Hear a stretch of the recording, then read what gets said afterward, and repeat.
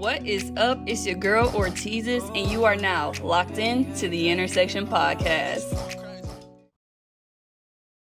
What is up? We are back at the intersection with, who we here with? We here with Fred, man. What's going on? We're here with Fred. Act like you know, not like you slow, you know the vibes. All right, Fred, can you tell us a little bit about yourself for the people? Yeah, man. Okay, so like I said, my name is Fred. My friends call me Fredo. Some of them, you know what I mean. Yeah. I'm a filmmaker, and something new that I've been working on lately, also a digital strategist. Okay, so he gonna try to skip over stuff, so I'm gonna just let y'all know the real deal. He is a creator, he's a filmmaker, and he is also the father of the Give 'Em Hell Today show. She right, yeah. Exactly. Can you tell us a little bit about your show? Yeah, for sure. So, so basically, I have a weekly show, Thursdays, 6:30 p.m., the Give 'Em Hell Today show. Basically, I guess basically the reason I started it was because I had trouble coming up with consistent content, right? Mm-hmm. So it was my cheat code to always have consistent on a bad week. I know I can at least come up with 3 to 7 clips from my 2-hour stream that I do at least once a week. Absolutely. And then I don't know, it's just kind of turned into it's really. I say it's like Twitter, cause I'm just on there just talking about the stuff I care about. Yeah. So far as everything I'm into, content creation, tech, AI, music, art, fashion, all kind of stuff like that. And it's we kind of in a process of cultivating the community, basically around that, just about everything that I care about in terms of mainly art and entrepreneurship. Mm-hmm. So yeah, it's kind of what we got going on. Is it on Twitch? Yeah, it's on. Okay, so right now we live on Twitch and YouTube. Okay. And I've been down for a couple weeks with some technical difficulties. I was kind of telling you about that. Mm-hmm. And in the process, I'm looking at other platforms and seeing I can go live on Facebook too, Twitter. So I'm considering other stuff, but right now Twitch and YouTube is the strongest right now. So when you're streaming on Twitch, does it give you the same community guidelines that it would if you were live on Facebook? Because I know if you're live on Facebook, you will get banned from Facebook. For Not anything. Facebook, but live if you're playing music in the background or something like that. So is it the same thing on Twitch? No, absolutely not. So it's levels. Facebook is the absolute worst. then you got YouTube, which is a little less worse. And then Twitch is no holds barred almost, except obviously you can't do naked stuff on there. Yeah. But you can play music because they got a partnership with the labels, so you can play music on there. I can go on YouTube and watch other people unlicensed content on there and not get kicked off the platform and stuff like that. So my thoughts with Facebook is obviously I'm in the world of strategy, so I'm dang, if I want to get more eyes on it, what's the easiest way? Because the comment I get the most is people don't know about Twitch. I've been rocking with Twitch since 2012. Yeah, I didn't know about Twitch until Kai. Yeah. See, now it's kind of becoming a big thing because streamers is now it's the thing to do. But so I guess what I'm saying is most people don't have Twitch accounts. That's why I did YouTube. It's just easier. Most likely everybody got a YouTube. You have to pay for Twitch? No, it's optional if you want to sub to people and stuff like that. Gotcha. But no, it's a free platform. But then but Facebook is everybody on there and you already scrolling. So it's imagine Instagram or TikTok, how you always scrolling, but instead of pre-recorded content, it's a live. So you could just so you just scrolling on live. Yeah, just like Facebook. Okay. When somebody on Facebook Live. So it's not even that I'm necessarily really my goal is to grow the community on Twitch. I want everybody to get on Twitch, but I know it's the toughest funnel though, because the least people have it. I get texts all the time I made an account fucking with your ass. You know what I'm saying, stuff like that. But otherwise people wouldn't really it's not the first thing they get on. So it's just I want to get on Facebook just so people could see it and kind of get more into the community, because it's a lot of dope stuff on Absolutely. there. I'm just now getting into it. I remember Drake was on there too a couple years ago. Drake and 21 Savage. And Cactus Jack, Travis Scott playing Fortnite Scott, with Ninja. Yeah. Fortnite, that's what introduced me to Twitch was Fortnite. Yeah. Do people still play Fortnite? Man, Fortnite is bigger than ever. Oh wow. If you want to talk about brand, when it comes to gaming, Fortnite probably got the strongest brand, and it's mainly based off of collabs. They just collab with everybody. They got collabs with everybody from Tom Holland and Spider-Man to Naruto to like Post Malone. Like they just collab with every Bad Is that Bunny. how they get those dances? Exactly. Okay. So, and at first that was like the controversial thing because they was, just kind of taking them from the kids who was just. Yeah, I mean, because you know how the internet is. Like these kids get on TikTok, and we kind of talked about this last time. They get on TikTok and they just kind of be so happy to get their dances out there and stuff like that. And obviously, like these kids, people don't know about getting stuff licensed and patent and stuff like that. So they just ripping the dances from the creators. They probably don't even know who they taking it from. They just like, this is a hot dance. Let's put it in the game. Yeah. Nobody owns it. And then I mean, since then it's been like lawsuits and stuff like that. So I think that's probably why they're getting so heavy into the collab thing too. But Fortnite is like crazy huge still. Dang. Yeah, I used to. I'm a gamer for real. So like I used to play Fortnite heavy. I don't play it as much no more. But it's like still super like kid. Not like I say like ages like like 18 and under. The game is over. They all on Fortnite. Okay. So can you explain to us what a digital strategist is? Digital strategist. Yeah. Okay, boom. So the word. I be learning profile. So okay.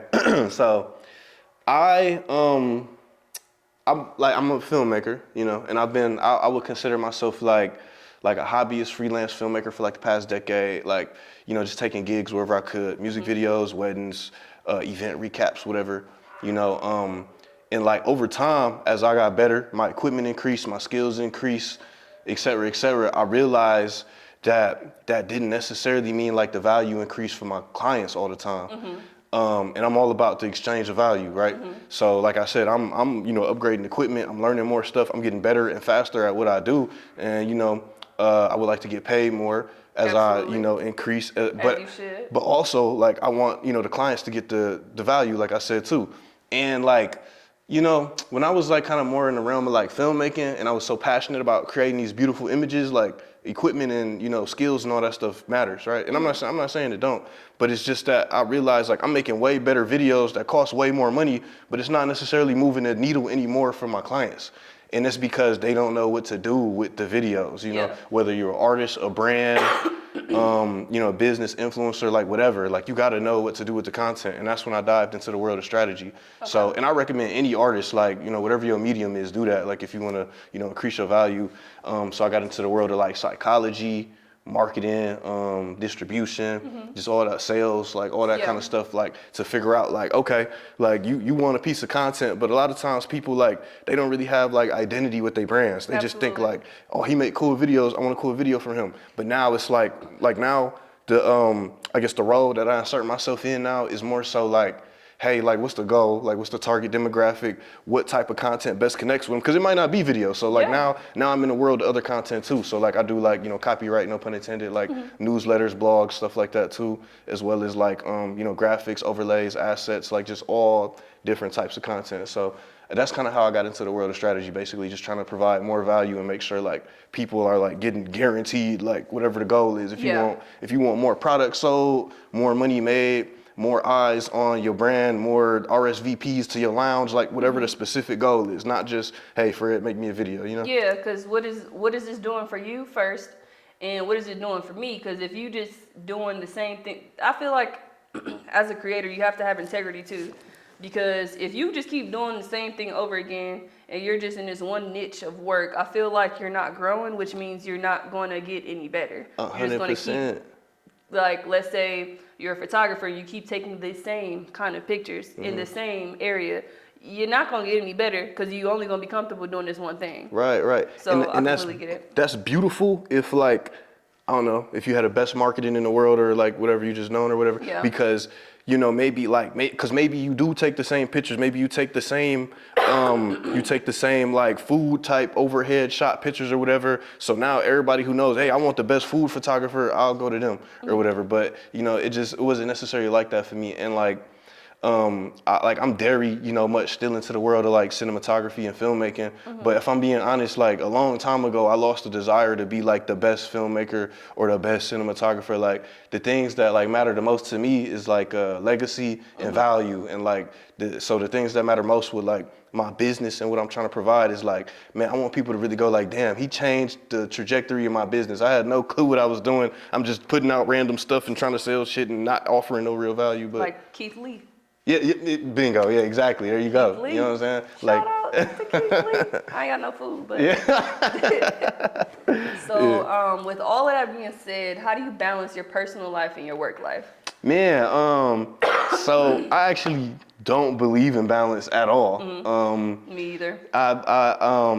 We agree there, you know what I'm saying? I think that, and you probably agree with me that the most results or the most progress is made on the extreme side of whatever it is that you're doing. So, you know, if we just want to talk about like work-life balance, work ethic versus like relaxation, I like to spend all my time in one place and not trying to balance it out in the middle. And I'll get to the other side whenever, because, okay, say for example, like if I'm locked in, right, I enter this mode called monk mode, right? Okay. Where you could look this up on YouTube and stuff like that. But it's basically where you stick to like a few like core main tenets of your life. Like, so for me, it's, you know what I'm saying? Like video games is a big distraction for me. So it might be like for the next 20 days, I'm not picking up my controller. It could be like, okay, I'm making sure I'm in bed at 10 and in the gym by 6 every day, like stuff like that, right? Yeah. So, and I like to live on them extremes for like I said, let's just say 20, 30 days at a time or whatever. So then when I get like, you know, a 3-5 day stretch where I'm like, okay, I'm just gonna chill now, I'm all the way relaxed, and I'm so relaxed to the point where like I'm ready to get back to work because I'm bored now. Like, you know what I'm let's saying? do it. Yeah, and I feel like that's what comes with like not having balance. Like it's not the worst thing at all, because when you live in a balance, you kind of like tone the line, and You get bored. Exactly, you get bored, or you lose focus, or like what am I trying to say? Like you lose like intention, because you know what I'm saying. Like you just dabbling too much on either side. I think you got to really live in extremes to figure out like what you need the most at that moment. You Absolutely. know? And that goes for like everything to me. Yeah, absolutely. I say the same thing, and people always give me kind of the side eye because I'm a Libra, and they're like, well, the stars say that you're already balanced. Like, yeah, that may be true, but I thrive best in organized chaos. There we go. Like, if let's say I'm getting ready for a pop-up or whatever, a normal person will come like an hour before it's open to the public to set up, you know, do all of these great things, make sure everything is pristine. No, I'm gonna come like 20 minutes before, so I have something to look forward to in 20 minutes. Like, I'm gonna hurry up and do this because I know that my idea is gonna start spurting out faster if I have less time to think about it. But I've never been a very balanced person, and I think that it's always going to have an interesting effect on like any relationships I have, whether that's platonic or romantic, because everybody don't get it. Yeah, that's I agree with that. That's a super tough thing. Like, you know, like you said, platonic relationship, family, like whatever. That's such a hard thing to explain to people that like, okay, like I'm over here right now and I'm gonna have to catch you like when I get some time. But like, I don't know. That's the only way I make process. Whenever I don't, it's like I don't know. I'm not as productive. You know what I mean? So what keeps you inspired as a creator? Okay, kind of like on that same note, that having something to look forward to like that, right? And then also, I guess what I'm trying to say is like I like to have things that, cause on that note of like living in the extremes, like I'm on all the time, like I work 9 to 5, right? So I'm on at work all day. As soon as I get off of work, it's you know, to the business until pretty much until I go to sleep. Like it's really that extreme. So I know that life very well. and then but that allows me to stay inspired, because like I'm looking forward to having like this time off on, you know, whatever that little stretch of, you know, free time I'm gonna have. And in that time, I like to occupy like with stuff that doesn't have nothing to do with the things I'm doing in my extreme. So like nothing filmmaking related, nothing content related, nothing strategy brand wise that I'm thinking of. So for me, that's like tennis, right? Because I love tennis. It's a craft that I get to like research and like practice. Like I'm trying to hit certain specific strokes. I'm trying to use specific techniques on the court and try to like apply different things that I learned. But at the end of the day, it don't fucking matter. Like it's not going to affect my money if how good or bad I am at this. This is just like simply for my, exactly. And it's like happy. purely pleasurable. So if I do bad at it, it's like, okay, whatever. Yeah, it's something that you don't have to take yourself so seriously. Exactly. And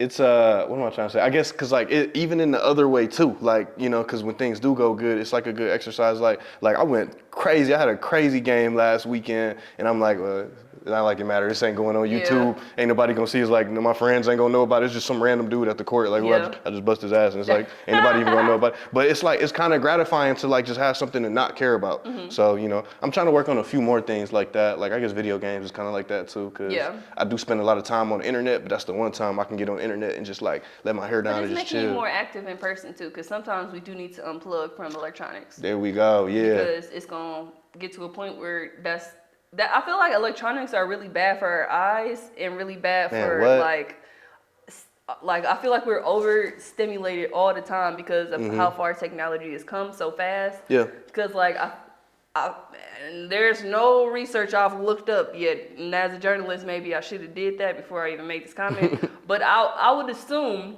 that people in this generation or in this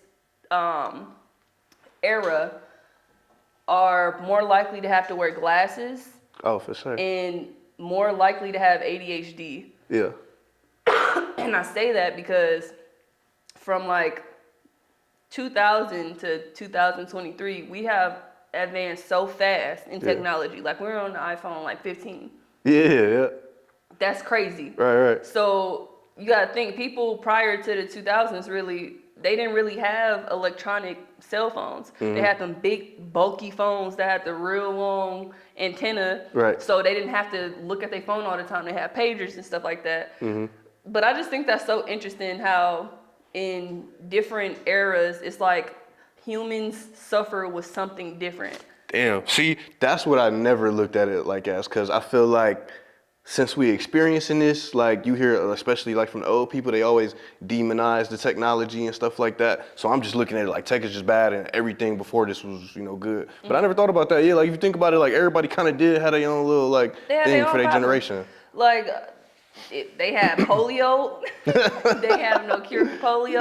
Yeah. We got the cure for polio now. Right. They had they didn't necessarily have all of these problems of people getting kidnapped and stuff like that. But when it comes to stuff like that, I feel like a lot of that data is skewed because a lot of people weren't reporting what was going on. Ooh, yeah. So it was a lot of stuff that was happening behind closed doors that we wouldn't know about during that time. And that's why the old folks are always like, well, in my time, XYZ. Yeah. That's because y'all only knew what was going on in y'all block. Right. Y'all didn't know what Sally was doing 2 blocks over. Exactly. Sally was having the time. We just so connected now, like, you know what I'm saying? Like, even if it's not your intentions, because you could have somebody just walking down your block and recording your business or, you know what I'm saying? And I mean, I get the whole idea of like your neighbors used to be a lot more neighborly, like it used to be a lot more communal and stuff like that, but you can make your neighborhood more communal if you want to. For sure. People don't like talking to people. Yeah, that's the problem. They like texting people. They like FaceTiming people. But if you put a person in front of another person, it's going to be somewhat awkward for a lot of people because they don't know how to use social skills or social cues because their whole life has been in this device. Yeah, that's so interesting. It's like, you ever seen that video with the dogs and they on the other side of the gates and they just going crazy and as soon as the owner opened up the gates, they in each other's face and they just quiet and they looking away? Like it's literally like that. Literally. Like you tucked behind this gate. Yeah. Behind this screen. Right. And don't know how to talk to nobody. What was the coolest project you've done so far? Okay. So this is like purely sentimental value to me, right? The coolest project I ever worked on was, you ever heard of the drink Cacti by Travis Scott? Yes. That got banned or whatever. but I made a spec ad for that. So a spec ad is like, typically like what filmmakers will do is you'll make like a fake commercial for like a brand you want to work on sometimes. And Cacti was like one of the brands I'm a fan of, like Travis Scott brand, and I feel like it's very like within like my style of like the type of content I create. So I'm like, cool, we'll do this, right? Only thing is like it's a spec ad, so you're doing it yourself, so you're not getting a budget from a client. It's all your own money. You got to pull together all your own resources. So it could be intimidating, obviously, right?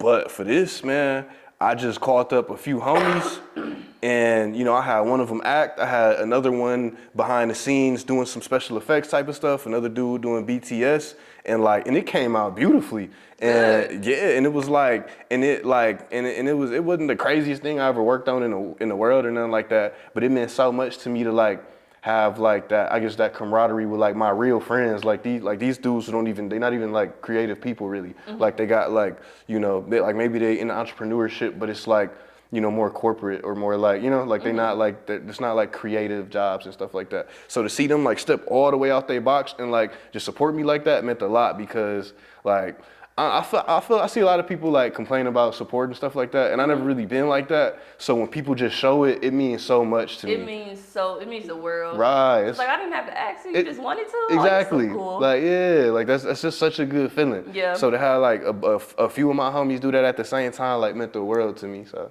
yeah. What would be your worst one? My worst one, man. I'll say like okay, so I came in the game like I feel like most people in the world of video come in the game shooting music videos because there's a million rappers, million opportunities to shoot music videos. Right. Only thing is obviously with that being said, the quality of this is not gonna be like amazing. Yeah. So and we see some of this stuff on the internet all the time, but I guess I'll give y'all like the behind the scenes perspective because this is the worst experiences I ever had, and since then I've been trying to tone down. But like, man, like I mean, just everything from getting offered like payment and like pills and drugs to like being in the nastiest basements with like unkept animals and like firearms and like where it literally smelled like it's like dead bodies around. Like I can't confirm that, but it smelled like it and it something's dead. Man, and like all the way from that to having like actually guns pointed at me during the video, like especially when you don't, because I would never sign up for that, right? Yeah. So anytime that's ever happened is somebody just upping and I'm like, what's going on here? Yeah, like what? Let's not turn this into Rust. Right. Let's not be Alec Baldwin. Yeah, now. exactly. We ain't trying to have none of them situations. Right. So it's like, yeah, man, I feel like it's super cliche, but it's because it's the truest shit in the world, man. Yeah. Like getting started doing them hood music videos is like the worst experience in the world. And especially because a lot of it depends on who you're working with. Sometimes they got a lot of money, but but that don't mean it's worth it. Right. But a lot of times they don't even have a lot of money either. So it's like. So you working with a super small budget. They got you in insane conditions, and you fearing for your life all at the same time. That sounds like some character building. Oh yeah, because honestly, that's some of the best situations. So some of the worst ends on it is when like I'm not in control and I'm not driving and I'm just along for the ride and I'm thinking we just shooting one scene here and then one scene outside and the next thing I know we on the south side of some dark alley or in somebody's crib I don't know or like some how we end abandoned. up here? Yeah. Help. Oh, I do got another one though. Go for it. Okay, I'm trying to make this quick. So this is the time I got arrested doing a music video. So all right, boom. Bird is a troublemaker. But look, you coming clean, y'all. Man, look, listen. Okay, so I got hit up from like an artist in like Sheboygan to do a music video, but he had the money, so I'm like, okay, cool, Right. I'll do it. I'm in Sheboygan. We didn't talk about nothing though, no treatment, no idea. I'm just pulling up and just, you know what I'm saying, making a quick bag. But so he like, yeah, I got this spot, like, we could pull up, So we go and it ends up being like some abandoned like industrial complex. Cool as hell, but like, cause it was a bunch of like demolished old factories and like smokestacks. I'm like, damn, this is dope. So, but like obviously it's a little dangerous, but so we going around into these like half falling down buildings and stuff like that. And we getting some crazy shots. And I all of a sudden, like, I'm looking out a window and I see some police coming by, right? Long story short, I'm like, all right, we gotta wrap it up. Let's get one scene. But, I'm, the greedy cinematographer. I'm trying to get my last cold shot. And I'm like, bet, we got it. So we heading out. And then, but we lost because it's like, like it's just like abandoned, situation. You know what I'm saying? And I see some dudes with some flashlights, you know what I'm saying? I'm like, oh, the construction workers, they can tell us how to go out, right? So I'm walking up to them and next thing I know, they go like, hey. I'm like, oh shit, that's not a construction worker, that's a cop. I'm God. Like, and all I'm thinking about is I'm not finna let them take all my footage. So I don't even say nothing, I'm gone. I don't say nothing to nobody else, right? Basically, like, two of the dudes ended up getting caught, so I'm like, okay, this is our chance to, like, they occupy with them, we can get away. Yeah. We go to the car's surrounded. I'm like, I'm my fucked. God. Like, because I'm in a whole nother city. I'm like, I'm done. It's a wrap. Yeah. You know what I'm saying? So I look at, it's just me and the artist. Yeah. I'm like, look, bro, this is my last idea I got. I seen these big old ass semis. I'm like, let's just go hide under these semis, right? And we was, I'm like, it's working. Like an hour go by, I'm like, oh, they about to leave. Like we finally good. First, next thing you know, all right, bring in the K9s. Oh my God. I'm like, bro, is it really that serious? They bored. Yeah, but I guess the artist who I was with was like, you know, Sheboygan is a small city. Yeah, they ain't got nothing to do. Yeah, dude wasn't like the craziest like criminal or nothing like that, but he did have a history, you know what I'm saying? And they would like, I guess they, you know, figured that like. Figured by his record that he would have something else there. Yeah, and I've gotten, well, I didn't get in trouble, but I shot a music video that got him in trouble with the police before. So he kind of had like a reputation for this kind of stuff. Yeah. Long story short, he got arrested. He ended up having like all kind of drug money and like, I guess they thing was them, remember the vape carts in like 2018? Yeah. So they got locked up with a bunch of that shit. And, Oh like, my God. It was real bad for them. Actually, it was really bad. But I didn't say nothing the whole time. I just kept my mouth shut. Like just look forward. I'm like, hey, you look at my bag. It's video stuff. Like I don't know what else to tell you. Yeah. And they ended up letting me go. I had got locked up for like probably like 2-3 hours or something like that. I was going crazy. Oh my God. I was like, I know I can't go to jail. I'm terrified of jail. That's why I try not to break no laws that will send me to jail. Yeah. Because I don't want to be nobody's bitch. Yeah. Like, I'm getting heavier now, but I just feel like I'm too skinny to be in jail. They'd be like, give me your taco bread. Like, what the fuck is taco bread? Right. Well, I got lucky. I mean, I don't know if this was lucky because they put me in a pod by myself, and like that's kind of how I was going crazy. Because I mean, that bitch tripping like, because it's Friday, and I'm like, damn, am I gonna be locked up here all weekend? Yeah. But yeah, they ended up letting me go. But did they give you a ticket?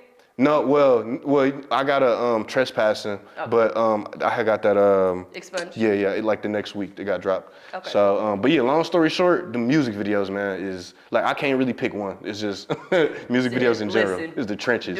Do it while you need it, and then pivot to something else. Exactly, for sure. That's hilarious. Yeah. So where do you think your true passions lie within all that? Okay. Kind of like how speaking for like the biggest thing to me now is value and legacy. Like, you know, like I feel like we all say like we don't care what people think about us and stuff like that. And to like the most part, like I agree with that. But also like I'd be lying if I said like I don't want people to like me. Like, you know what I'm saying? I really like I really get like a what am I trying to say? Like, it really means something to me, like, that people, like, know I'm, like, a good dude and, like, I got a genuine heart. And I really, like, my goal is genuinely to put value, like, into the earth. Like, it's just, at this point, at this age, like, I don't know, it's just a lot of stuff that just don't matter to me now. Like, I just deduce most things to not matter. And I feel like the only reason we here is to pass, like, down knowledge and to, like, make life a better experience for as many people, like, as we can. Absolutely. And my path in doing that is kind of like the road that I'm going with digital strategy and brand development now. Like, we living in a time with, like, TikTok and, you know, all this other social media is like, we really are media companies, but people just don't realize that, and they don't know the type of content create. They don't know what type of strategies to implement, and they have like no identity. So like my biggest thing is to just help people figure out those three things, whether it's, you know, working with me one-on-one as a client with my agency, or whether it's like just, you know, watching like because I want to start putting out content like that now, because you know I never really been like big on content or like posting stuff, but the reason why is because like I guess it took me a minute to kind of figure out like all of this stuff meant enough to me that I felt gratified in posting it, I guess, because like anything else just always felt very like cringe for me to post. Like, hey, look at me, like like, cause I'm like I'm introverted. Like I always been like a quiet to myself kind of dude. So it just feels so weird for me to get online and post selfies or like post myself on a trip or something like that. I'm not saying nothing wrong with that. I probably will get more into that as I get comfortable with posting.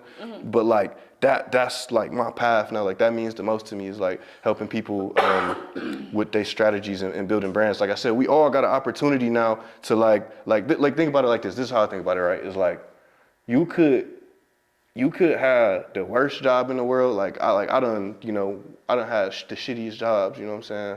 At like, you know, whatever, say retailer, it's like whatever, and you know, people like hate their jobs. Yeah. And I work in tech now where, you know, I got people above me who making like 300 racks a year. Yeah. You know what I'm saying? Both of them hate their job. You get what I'm saying? So it's like now we got the opportunity where like, okay, you could be making 40K a year hating your job, or you could be you could be passionate about catching butterflies, and now you on TikTok showing people your favorite butterflies, your favorite nets, you know what I'm saying, showing your strategies and how you catch butterflies in their mating seasons or like whatever. Yeah. Just the type of stuff that you would think nobody care about, but you telling your story and building a brand, and now you generated and figured out how to monetize like a business based on your passion, so you can go from making $40K a year hating your life, or $300K a year making your life and making a little less. Maybe you make 90, 80K, but you're doing some shit that you love, and that means the world to you. Exactly. You know what I'm saying? Because I don't know, like I feel like I was kind of blessed to like find my passion early in life, and since then like I found a lot of people who just like aren't like passionate about stuff, and it just seems like life is just kind of like just stale and boring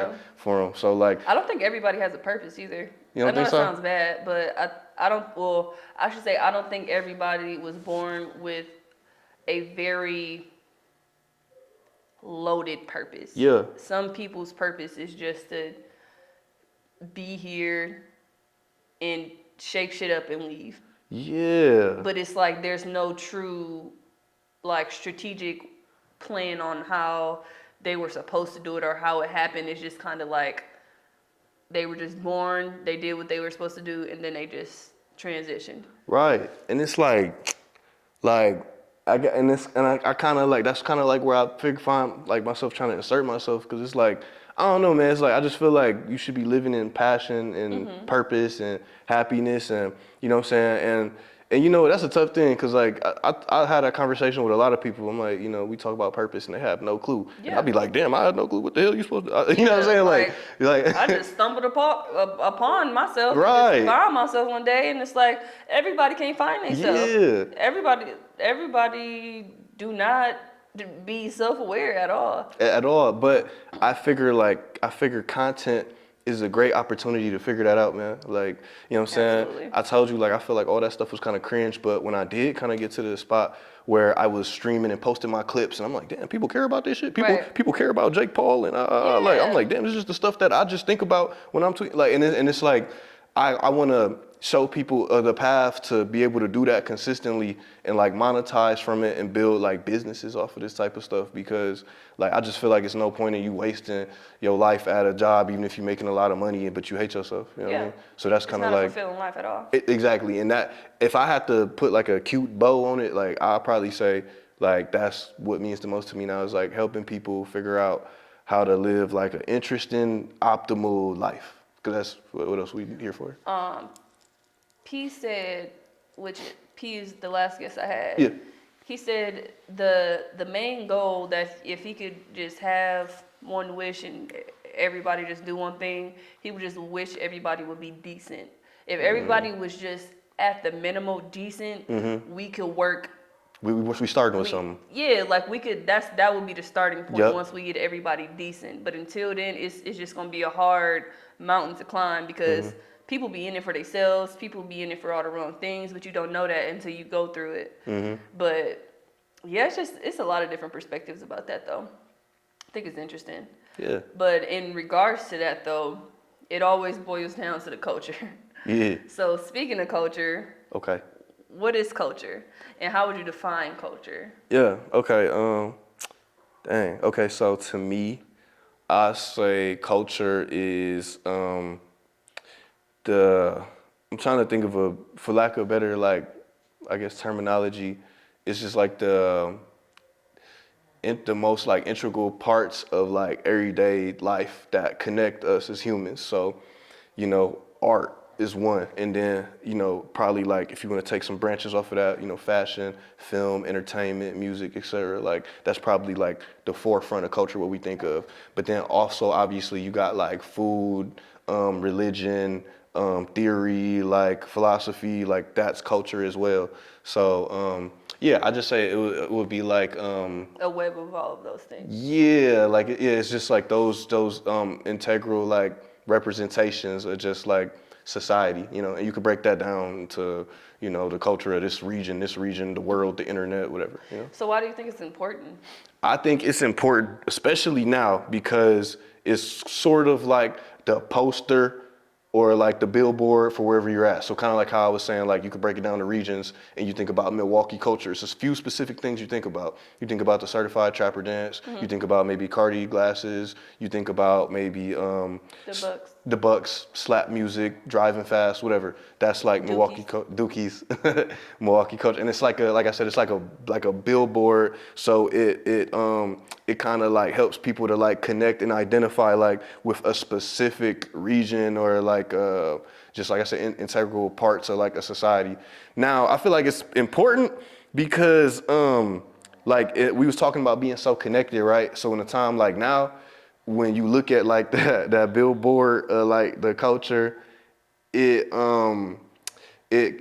dictates the direction a lot of people move, you know, because like most people are not free thinkers, whether it's because they're young and they're trying to learn, or whether it's because they're just unoriginal and like uninterested and kind of like creating their own path. Yeah. It's like you got a North Star to instantly go to. Okay, I'm from here, so I'm gonna start dressing like this, talking like this, doing that, eating that. Like, you know what I'm saying? And it's it can influence a lot of things because, like I said, we so connected now. We got all the cultures in front of us. So I could be from Milwaukee, but I could talk like I'm from Atlanta. Yeah. I could act like I'm from Cali, or I could, Yeah. you know. So yeah, culture is really interesting and important because of that to me. So how do you plan to impact the culture? Shit. Or if you don't plan to impact the culture, that's a good answer too. Man, that's a tough question. Okay, so for me, like, you know something I'm passionate about in terms of like culture? What's up? Is the state of like young men is very interesting to me. So like with all like this, you know, alpha male, red pill talking stuff like that, I feel like honestly, this like it probably sounds kind of like weird because it don't got nothing to do with like art or none of that necessarily, but like that really matters to me. Is like young men like really like being men and like, you know, I guess like in a lot of the things that I'm interested about in like business and brand building and like I guess connecting with the things that's most important to me is like value. I just want to like kind of like show people like I guess the what am I trying to say, like show people like the I guess you said how I want to affect culture, right? Yeah, how you plan to impact culture. Oh, how I plan to impact culture is to showing people like how to be original and like develop like a brand like unique to yourself. You get what I'm saying? That's kind of like everything that I'm doing with like digital strategy and brand development. So I was kind of talking about like how with culture it's easy to just kind of just shoot to just something that you already see or whatever, and that's fine, but it's hard to grow like that because, you know, if everybody is doing the same thing and looking the same, you don't give people a reason to like I guess follow your influence because you just like not unique or like why would I want to be like you? Like if you like everybody else. Exactly. Like if we want to talk about like music, right? And I say I look at like Drake as like the North Star of music. So if you hop into music and you start sounding like Drake, I have no reason to like listen to you. Yeah, because I can just go listen to Drake. Exactly. So I want to like impact culture by showing people like, hey, like you don't got to just copy somebody and do what works for them. You could just be yourself, and we gonna, you know, figure out, come up with a plan how to make you the biggest and the best of whatever you want to be, just by being yourself and like not having to copy anybody else. Absolutely. I think that's a great answer. Thanks. So that will transition us into our final hot topics of the evening. Let's do it. All right, hot take number 1. What are your thoughts on Jeffrey Hinton, aka the AI Godfather, stepping down from Google as he warns about the dangers of it spiraling out of control? I think it's very telling because if you got somebody with the name the AI Godfather stepping down, I think it shows you like kind of like I guess the potential of like where this can go. Like typically people step down from things when they're losing control or they don't want anything to do with it or they don't want to be responsible and stuff like that. And my biggest concerns with AI is like I guess the what's the word, like integrity of it? Nah, like the limitations or like I know what you mean. Like more so like it's limitless versus having it limited. Yeah, like it's like like ever growing. Exactly, like we have no like guardrails for it. And I mean, if you know like the basis of AI is basically is like it's like God. Like it's an entity that is kind of like once you put it out there, it's by itself, it's learning on its own, it's doing whatever it needs to do, it has a goal, and it's just like I'm gonna get to this goal, right? So like, I mean, we can go all kind of directions with this, but I guess like say my main concern when I think about something like that is, like I said, I think you would only step down if it was, out of control. So kind of like what I was saying, like AI got a goal, right? But it's not a human, so it has no morals or like ethics. Yeah, or ethics. It has like nothing that pulls it away from its goal. Like so your goal after this is to get home, right? Now you get in your car and you drive, right? But if you really just but obviously, I guess what I'm trying to say is like you considering certain things. You considering traffic, lights. You considering not running over the squirrel that's in the way. If you was to put an AI in your body and say, "All right, Monty, make it home," you would probably just like the first thought is just through buildings, all types of exactly stuff, as fast as you going can, home. beeline straight, go end up driving into the fucking lake, like Yeah. you know what I'm saying. So it's like an AI could be the same. So if you want to apply that to something like more serious, like building a mall, you know what I'm saying. We got to go through legislation or what am I trying to say? Ordinances and all of that. Yeah, like pass bills, make maybe there's an important statue here that means something to some important figure or something like that. If you leave some like decisions like that up to AI, it's just like, oh fuck this last endangered species of deer Yeah. that was living here. We're gonna put this mall here Yeah. because the goal is to get expand and do better and make the city look good. exactly Not right. to care about deer. And once you start applying that to even more serious stuff like war and international care. affairs, and then you know what deepfakes are? Defects? Deepfakes. No. So a deep fake is like, okay, like perfect. Like we got this podcast, right? Now imagine if you didn't even put this out, but you seen a video of this and it was like you and you were talking, it was your voice, your mouth moving and everything, but you were saying some shit that you never said, like some hateful stuff or whatever. That's what a deep fake is. It's technology that people use to like manipulate people's faces and bodies. So like it sounds like them, and then this is all AI based because it's using like, because AI like works off like of CGI. Yeah, but it works off of past references, so you don't actually got to go frame by frame and make it. You could just give it a prompt and say, make Joe Biden say that we got 20 nukes on the way to Russia. Yeah. You know what I'm saying? You said Joe Biden. Oh, I'm slow. My brain said Joe Budden. Everybody does though. That's hilarious.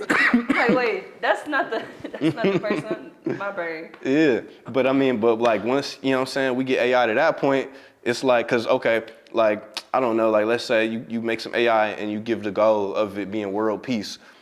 AI might figure out the only way for world peace is to blow the world up. So, AI is Thanos. Yeah, Basically. exactly. Like They it's just collect no the ethics. By all means necessary. And when all the rings collected, I mean, the whole existence of the world is going to restart. They're just Exactly. going to keep collecting them until they're Thanos. Right. Get that last one. With no regard for all that stuff. This is my last note on that, right? I heard a metaphor for AI, right? It was like walking on a tightrope. Like you could probably do it for like 10, 15 seconds, But like but how long can you keep that up? Can you do that for an hour? You know what I'm saying? Right. So it's like right now we got AI under control. We making our cute lens of pictures and you know what I'm saying, and chat Making GPT. ourselves look like warriors. Yeah, you know what I'm saying? Like I use it to make contracts and stuff like that, so I got to spend time typing up all this. That's cute, right? Yeah. But like, what happens like when like it's just the applications are just more, and we depending on it to do more stuff because it's easier. But then like now it's just more at That's risk. going to make us more stupid too. Exactly. I mean, technology already doing it. I use my GPS everywhere I go. Yeah. You know what I'm saying? All And I live because here my whole life. Yeah. I've lived here. All right, well, let's go to hot take number 2. Countdown if 106 in Park was still active. like it was my show. It's your show. Got You you. are 106 in Park. This is 106 in Fred. Yeah, got you. Okay, so I can't do these in order off the top of my head, That's but cool. but I got some for sure. So definitely Drake, Okay. Future, Thug, Playboy Cardi, Dirk. I gotta throw Ice Spice in there for Okay. sure. I'm gonna put Destroy Lonely. Okay. Let's see who else. Look. I'll throw a little baby on there. Yeah, I'll throw a little baby on there. Yeah. I feel wrong if I didn't. You know what I'm saying? And then let's see. I'm really feeling Opium right now. That's Cardi label, so I'm gonna throw Ken Carson on there too. All right. And Homicide Gang. Okay. Yeah, another Opium label. Yeah, so that's my 10 right now. I could give 10. All right.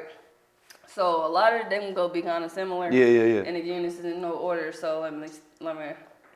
All right, we're gonna do.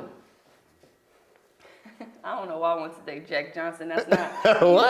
He's awesome, but he would be in my top 10. Yeah. Okay, so Drake, obviously, I would say Lil Baby. I would say Megan Thee Stallion, Ice Spice. I listen to a lot of women, and I'm only saying Ice Spice is because you gotta respect the her. You gotta respect the come up. Like, yeah, come on. Doja Cat is cold. That's 3 women, 2 men. But if you're gonna say some women, them the ones though. Yeah, for Nicki, sure. Even though she be forcing it, she can do that. She earned her right to. It's the queen. Exactly, she earned her right to be able to do that. I'm gonna say Larry June. I'm gonna say underrated. I'm trying to think of the people I listen to on a regular basis. Top 10. I'm gonna just throw Frank in there. Frank. Frank Ocean. Gotcha. I'm gonna say Frank only because like I'm still a little weary about him, as if you listened or watched the last podcast. I feel like his whole mysterious persona, I'm over that. But it is what it is, though. Yeah. Tyler, the Creator, obviously, love him. And my final person will probably be Usher.